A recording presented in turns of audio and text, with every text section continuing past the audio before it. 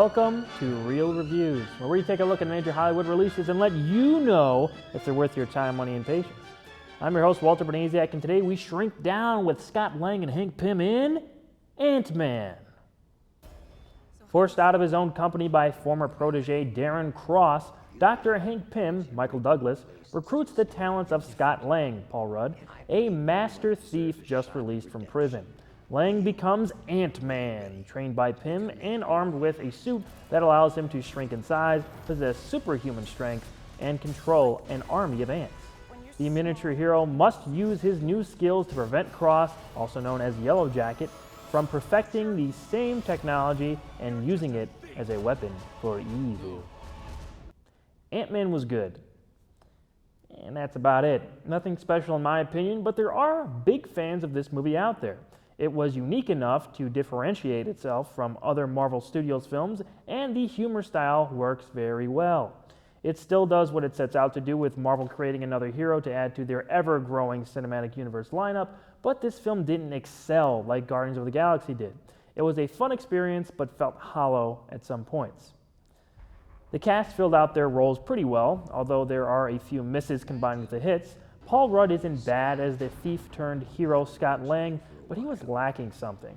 When he's being funny, it's great, but when the movie needs him to be serious, and there are scenes that require some dramatic moments for us to relate to him, it's not quite pulled off. I was waiting for that scene that finally drew me into his character, but it just never really happened. I guess not everybody can balance comedy and seriousness like Chris Pratt did in Guardians. Michael Douglas as Hank Pym was a role that fit well. He was probably the highlight of the film overall. The flashback stuff with the younger version of his character are really well done and interesting too. Michael Pena brought the comedic relief and was a very enjoyable part of the film. Evangeline Lilly had an interesting backstory with her father Hank Pym, one that I wish more time was spent on, or at least spent in a better way. In any case, she turned in a good performance. Corey Stoll as the villain Yellow Jacket was an underwhelming bad guy until the final fight scenes.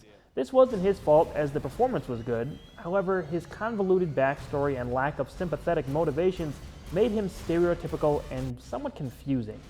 That's another problem with the film as a whole. It seemed like, besides Scott's story, everything interesting happened before the movie started. Hank is Ant-Man, the Wasp, all the stuff with Yellow Jacket and Hank and his daughter. We hear a lot about it, but we see very little of it, and that created somewhat of a disconnect with the character relationships.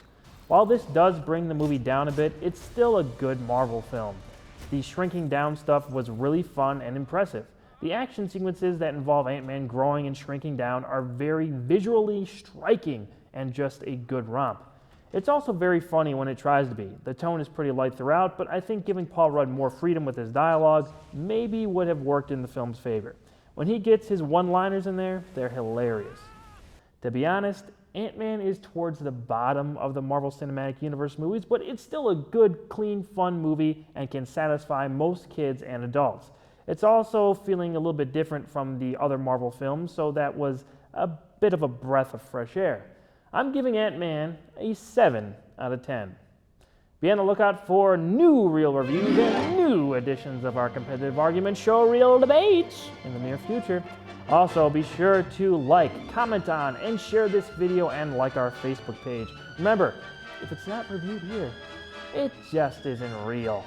I'm Walter Bernasiak, and I will see you at the movies.